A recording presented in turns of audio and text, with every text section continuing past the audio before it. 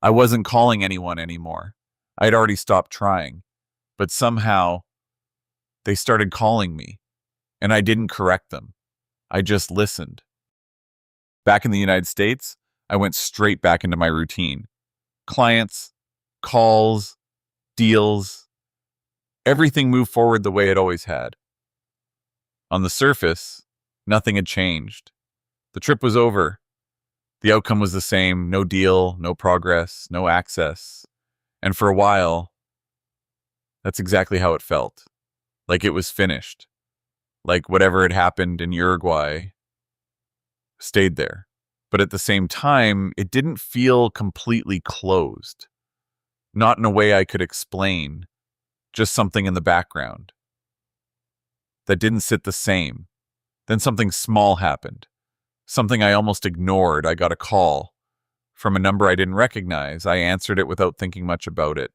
And when he introduced himself, I realized where it was coming from. It was someone from the kids' former club, a club I had been trying to reach for a long time. Not the president, one of the officers, someone I had never spoken to before.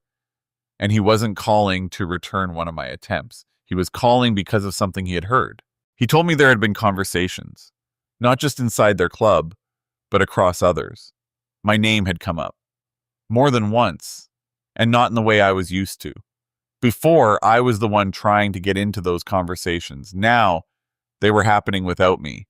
There was a rumor going around that I was planning something in Uruguay, not a deal, not a transfer, something bigger, something long-term.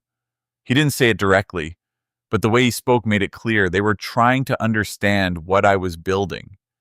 He told me they believed it, and that part mattered because it wasn't based on anything I had said. It was based on what I had done. From their perspective, I had sent a significant amount of money into that environment and then walked away. No pressure, no follow-up, no reaction.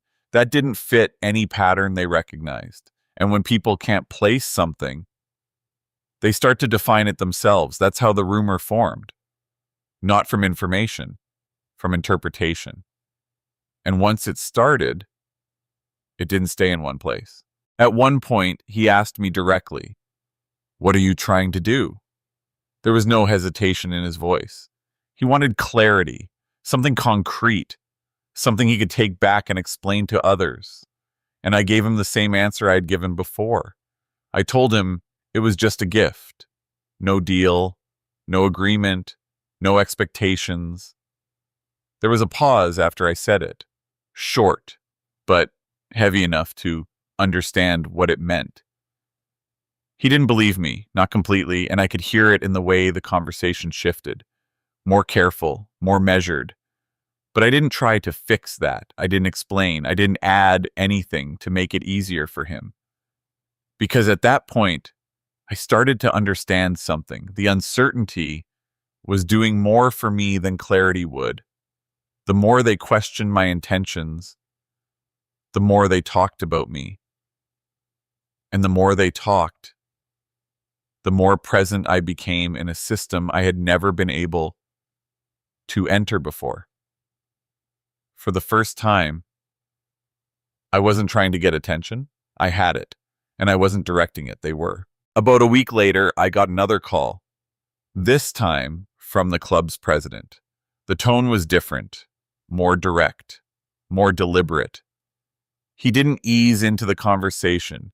He went straight to the point. "What are you trying to do?"